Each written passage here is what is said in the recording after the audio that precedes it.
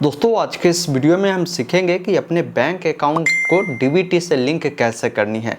ये लिंक करना साथियों बहुत ज़रूरी होता है, क्योंकि जब कभी भी अगर आपको किसी भी प्रकार की सरकारी योजना का लाभ मिलता है, चाहे वो पीएम किसान का हो, चाहे आपको आवास योजना का बेनिफिट हो, या किसी भी प्रकार की स्कॉलरशिप की राशि क्यों ना हो, यानी सीधा समझिए कि अगर कोई भी सरकारी योजना का लाभ अगर आपको लेना है तो वैसे स्थिति में आपका जो डीबीटी से अकाउंट लिंकिंग की प्रक्रिया है ये पूरी होना जरूरी है, तभी जाकर इसका बेनिफिट मिलता है। इस बार हमने देखा है कि पीएम किसान सम्मान निधि योजना के पैसा आई है तो बहुत सारे लोगों को पैसा नहीं मिला है। कई बार मैं देखता हूं कि स्कॉलरशिप का पैसा स्टूडेंट के खाते में नहीं मिल पाता। कारण यही होता है कि आपका खाता ही डीबीटी से लिंक नहीं होता है। ऐसे में मैं पूरी प्रोसेस बताऊंगा कि इसको चेक कैसे करना है, इसको लिंक कैसे करना है, लिंक अगर आप करते हैं तो उसका स्टेटस कैसे देखना है, ये सारी जानकारी बताऊंगा। क्योंकि एनपीसीआई ने अपनी पोर्टल पर ये सभी सर्विस जोड़ दी गई है।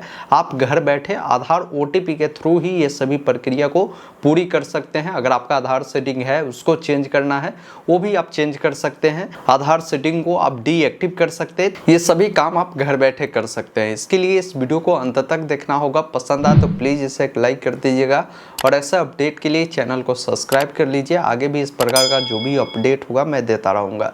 फिलहाल अपने स्क्रीन पर चलते हैं, बताते हैं कि कैसे ये आधार सीडिंग की जो प्रक्रिया है आपको पूरी करनी है। एक चीज़ और मैं बता दूं, बहुत सारे लोगों को ये भी कन्फ्यूजन होते हैं कि हमारा आधार लिंक है बैंक अकाउंट से तो आधार सीडिंग होगा, तो ये बिल्कुल भी नहीं ऐसा होता है।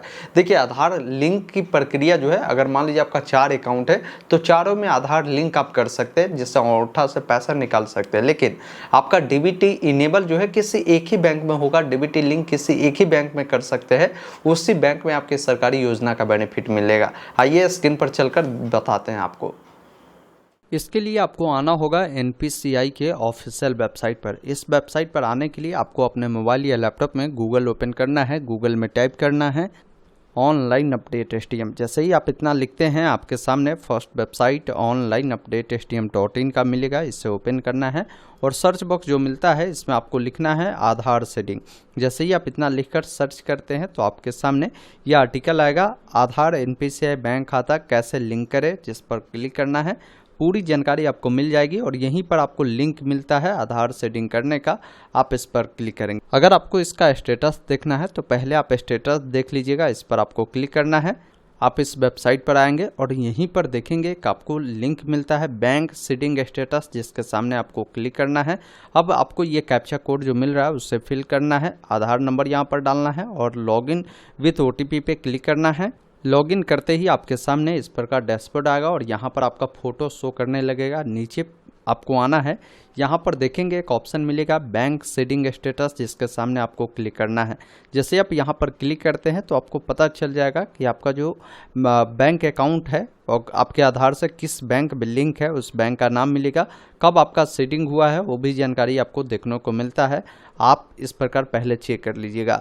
अगर मान लीजिए आपका यहाँ पर सीडिंग दिखा रहा है, अगर आपको लगता है कि भाई हमें इस बैंक में अपना आधार सीडिंग नहीं रखना है, इसको चेंज करना है, या जिनका आधार सीडिंग नहीं है वो चाहते हैं अपना सीडिंग करवाना, तो कैसे करेंगे समझ लीजिए। देखिए ये आधार सीडिंग जो होता है साथियों, इससे फ़ायदा ये होता है कि जो अभी बैंक आपको दिख रहा है, जो भी आपको गवर्नमेंट पैसा मिलेगा वो आपका इसी बैंक में चला जाएगा। ये ध्यान रखिएगा, क्योंकि अब खाता कहीं नहीं मांगा जाता, डायरेक्ट आपके आधार से पैसा भेज दी जाती है।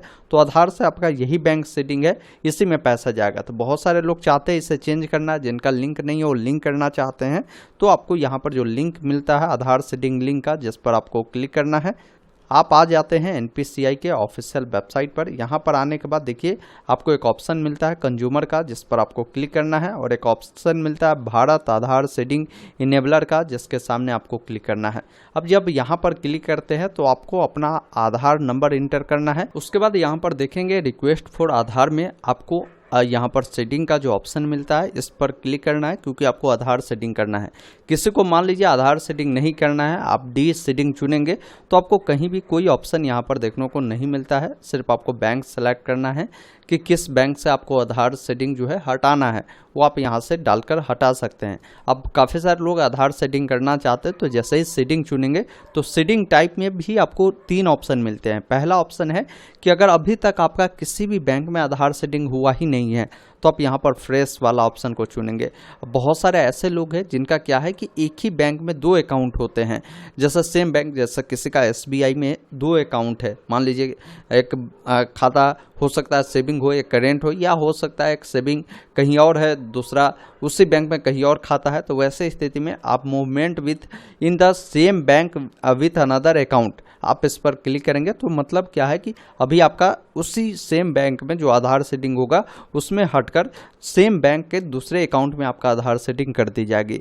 अगला ऑप्शन यहाँ पर है movement from one bank to other bank. इसका मतलब ये हुआ कि अभी आधार सेटिंग मान लीजिए आपका इलाहाबाद के बैंक में है और आप चाहते हैं इंडियन पोस्ट ऑफिस में करना, तो ऐसे स्थिति में आपको यहाँ पर movement from one bank to another bank का जो ऑप्शन मिलता है इसको आपको टिक करना है।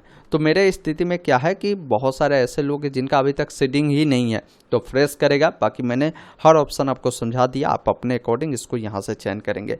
अब जो भी बैंक में आप चाहते हैं आधार सेटिंग करना, वो बैंक आप यहाँ से चुनेंगे। ध्यान रखेंगे अभी बहुत सारे बैंक का नाम यहाँ पर नहीं मिल रहा है, तो अगर आपका बैंक का नाम यहाँ पर नहीं शो करता तो इसका मतलब है कि उस बैंक का अभी ऑनलाइन माध्यम से आधार सेटिंग आप नहीं कर सकते हैं। तो मैं यहाँ से अपना बैंक चुनता हूँ जिसमें आधार सेटिंग करना है।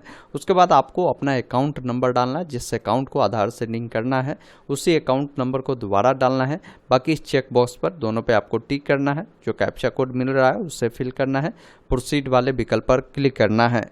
उसके बाद आपके सामने टर्म एंड कंडीशन आएगा। आप सभी टर्म एंड कंडीशन को एक बार आप रीड करें। नीचे आने के बाद एक ऑप्शन मिलता है एग्री एंड कंटिन्यू का, जिस पर आपको क्लिक करना है। उसके बाद आपके आधार से लिंक मोबाइल नंबर पर OTP जाएगा, जिसका 4 डिजिट भी आपको देखने को मिलेगा। उस OTP को यहाँ पर फिल करना है।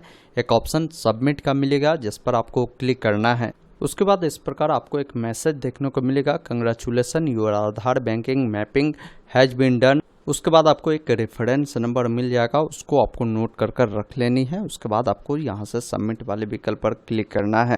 अब काफ़ी सारे ऐसे भी लोग होंगे जिनका आधार सेटिंग पहले से ही मैपिंग होगा, जैसे इनके केस में बता रहा है कि इनका जो ऑलरेडी यूको बैंक में इनका जो है आधार मैपिंग है, लेकिन ये चाह रहा है कि इससे हम मूव कर दूसरे बैंक में करना। तो उस बैंक का नाम मिलेगा, बोलेगा आप श्योर है, आप सिंपली ओके वाले विकल्प पर क्लिक करेंगे। आपको भी एक रिक्वेस्ट नंबर मिल जाएगा, जैसा कि अभी मैंने बताया, उसको नोट कर लेना है।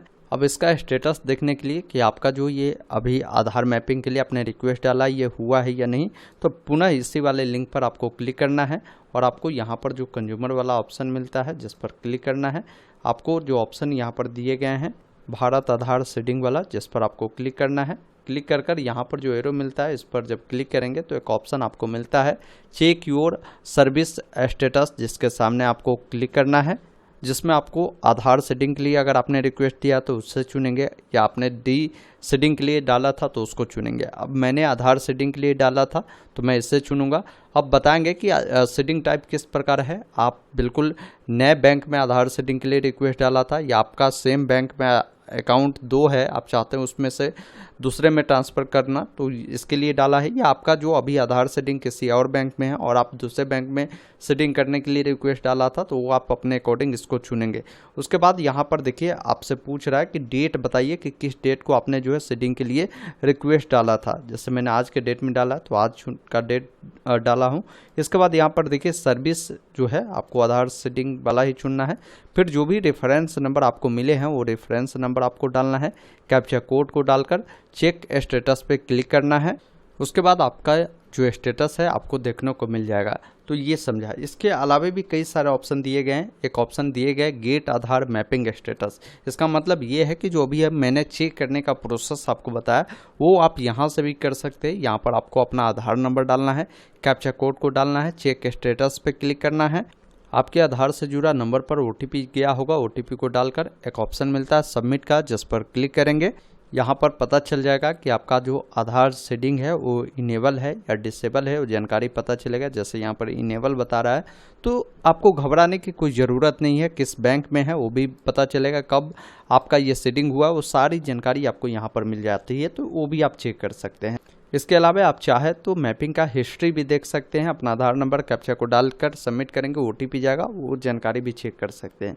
तो ये सारा सर्विस जो है इस नए पोर्टल पर ऐड कर दी गई है, जिसका आप बेनिफिट जो है आप उठा सकते हैं। मैंने सभी प्रोसेस आपको लाइव दिखा दिया। दोस्तों अभी आपने देखा, मैंने आपको स्टेप बाय स्टेप पूरी प्रोसेस आपको लाइव दिखाया। उम्मीद करता हूं आपने पूरी जानकारी समझा होगा। तो वीडियो को लाइक शेयर जरूर कीजिएगा। वीडियो देखने के लिए बहुत बहुत धन्यवाद। जय हिंद। अगर आपका बैंक अकाउंट इसमें नहीं दिखाता, ऐसे स्थिति में आप ऑफलाइन प्रक्रिया को अपना सकते हैं। इसके ऊपर में एक डिटेल वीडियो यहाँ मिलेगा, उसको देख लीजिएगा। धन्यवाद।